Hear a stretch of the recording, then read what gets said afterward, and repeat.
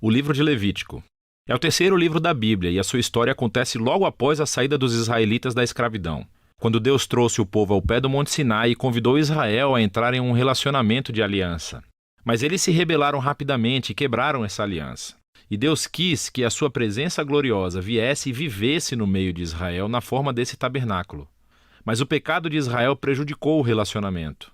Assim, no final do livro anterior, Êxodo, Moisés, como representante de Israel, não pôde nem mesmo entrar na presença de Deus na tenda. O livro de Levítico começa nos lembrando desse problema fundamental.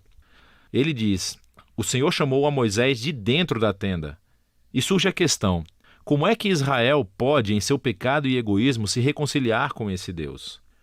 É disso que trata esse livro, como Deus graciosamente provê um caminho para pessoas pecadoras e corruptas viverem na sua santa presença. Agora, vamos fazer uma pausa por um segundo e explorar essa ideia super importante de que Deus é santo. É fundamental para entender esse livro. A palavra santo significa simplesmente ser separado ou único. E na Bíblia, Deus é separado de todas as outras coisas por causa do seu papel único, como o Criador de todos, como o autor da própria vida. E assim, se Deus é santo, então o espaço ao redor de Deus também é sagrado. Está cheio da sua bondade e sua vida e pureza e justiça. Então, se Israel, que é injusto e pecador, quer viver na santa presença de Deus, eles também precisam se tornar santos. Seu pecado tem que ser resolvido. Daí o livro de Levítico. O livro tem um conceito simétrico realmente incrível. Ele explora as três maneiras principais em que Deus ajuda Israel a viver em sua presença. As seções externas são descrições dos rituais que Israel deveria praticar na presença santa de Deus. As próximas seções internas enfocam o papel dos sacerdotes de Israel como mediadores entre Deus e Israel. E dentro disso estão duas seções correspondentes que enfocam a pureza de Israel. E então, bem aqui no centro do livro, há um ritual fundamental, o Dia da Expiação, que une o livro inteiro. O livro conclui com uma pequena seção em que Moisés convida Israel a ser fiel a essa aliança. Vamos explorar melhor o livro. A primeira seção explora os 5 tipos principais de sacrifícios rituais que Israel deveria realizar. 2 delas eram maneiras pelas quais um israelita podia agradecer a Deus oferecendo a ele esses símbolos do que Deus lhes deu primeiro. Em 3 outros sacrifícios eram maneiras diferentes de pedir desculpas a Deus. Então, aqui um israelita oferecia o sangue de um animal enquanto confessava que o seu pecado criou mais mal e morte no mundo bom de Deus. Mas em vez de destruir esse povo, Deus, é claro, quer perdoá-lo. E assim, esse animal simbolicamente morre em seu lugar e o expia, o que significa cobrir o pecado deles.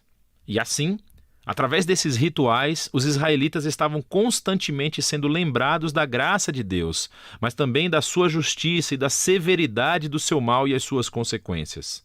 O segundo conjunto de rituais estabelece as 7 festas anuais de Israel. E cada uma delas contava uma parte diferente da história sobre como Deus os resgatou da escravidão no Egito e os levou através do deserto a caminho da terra prometida. E celebrando essas festas regularmente, Israel se lembraria de quem eram e quem Deus era para eles. Agora, as sessões sobre os sacerdotes de Israel. Você tem Arão e os seus filhos, ordenados pela primeira vez a entrar na presença de Deus em nome de Israel. E então, nessa seção correspondente, encontramos as qualificações para ser um sacerdote. Os sacerdotes foram chamados ao nível mais alto de integridade moral e santidade ritual, porque eles representavam o povo diante de Deus, mas também representavam Deus para o povo. Descobrimos por que a santidade dos sacerdotes é tão importante aqui nessa primeira seção, logo após a ordenação da família de Arão. 2 de seus filhos caminham direto para a presença de Deus e violam flagrantemente as regras. E assim eles são consumidos pela santidade de Deus.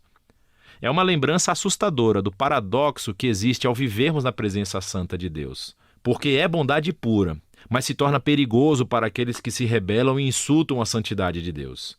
Por isso é importante que os sacerdotes de Israel se tornem santos. E também que todo o povo de Israel se torne santo, que é do que se tratam as próximas sessões internas. Os capítulos 11 a 15 são sobre a pureza ritual exigida de todos os israelitas. E os capítulos de 18 a 20 são sobre a pureza moral do povo. E aqui está o que significa essa linguagem de pureza e impureza. Como Deus é santo, os israelitas precisam estar em um estado de santidade quando entrarem na sua presença. Isso era chamado de estar limpo ou puro. A presença de Deus estava fora dos limites para qualquer um que não estivesse em um estado sagrado, e isso foi chamado de imundo ou impuro. Um israelita poderia se tornar impuro de poucas maneiras, entrando em contato com fluidos corporais reprodutivos, caso tivesse uma doença de pele, se tocasse em mofo ou fungo, ou se tocasse num corpo morto. Agora, para os israelitas, todos esses exemplos estavam associados à mortalidade, como a perda da vida, o que nos leva ao símbolo central de todas essas ideias. Você se torna impuro quando se contamina ao tocar a morte, por assim dizer. E a morte é o oposto da santidade de Deus, porque a essência de Deus é a vida. Isso é realmente fundamental. Ser impuro não era simplesmente pecaminoso ou errado. Tocar esses tipos de coisas fazia parte normal da vida cotidiana, e a impureza era um estado temporário. Durava apenas uma semana ou duas e depois acabava. O que estava errado ou era pecaminoso era entrar na presença de Deus carregando esses símbolos de morte e impureza no meu corpo. Não faça isso. Agora, o último modo de se tornar impuro era comendo certos animais. E as leis alimentares kosher são encontradas aqui nessa seção. Agora, tem havido muitas teorias sobre por que certos animais eram considerados impuros e fora dos limites, seja para promover a higiene ou para evitar tabus culturais. O texto não é explícito, mas o ponto básico de todos esses capítulos é muito claro. Ao todo, eles funcionam como um conjunto elaborado de símbolos culturais que lembram a Israel que a santidade de Deus deveria afetar todas as áreas de suas vidas. A seção correspondente aqui é sobre a pureza moral de Israel. Os israelitas foram chamados a viver de maneira diferente dos cananeus. Eles deveriam cuidar dos pobres em vez de ignorá-los. Eles deveriam ter um alto nível de integridade sexual. Eles deveriam promover a justiça em toda a terra. Aqui no meio do livro encontramos uma longa descrição de uma das festas anuais de Israel, o Dia da Expiação. As probabilidades são de que nem todo o pecado e rebelião dos israelitas seriam cobertos através dos sacrifícios individuais. E assim, uma vez por ano, o sumo sacerdote tomaria 2 bodes. Um deles se tornaria uma oferta de purificação e expiaria os pecados do povo, e o outro foi chamado de bode expiatório. O sacerdote confessaria os pecados de Israel e simbolicamente os colocaria nesse bode, e então seria lançado no deserto. Novamente, essa é uma imagem muito poderosa do desejo de Deus de remover o pecado e as suas consequências do meio do seu povo, para que Deus possa viver com eles em paz. O livro conclui com Moisés chamando Israel para ser fiel a todos os termos da aliança. E ele descreve as bênçãos de paz e abundância que resultarão se Israel obedecer a todas essas leis. Ele também os adverte que, se forem infiéis e desonrarem a santidade de Deus, isso resultará em desastre e, por fim, o exílio da terra prometida. Agora, se quiser ver como o Levítico se encaixa na grande história, é útil olhar para a primeira frase do próximo livro da Bíblia, Números. Começa com: "O Senhor falou a Moisés na tenda". Assim, podemos ver que Moisés agora é capaz de entrar na presença de Deus em nome de Israel. O livro de Levítico funcionou.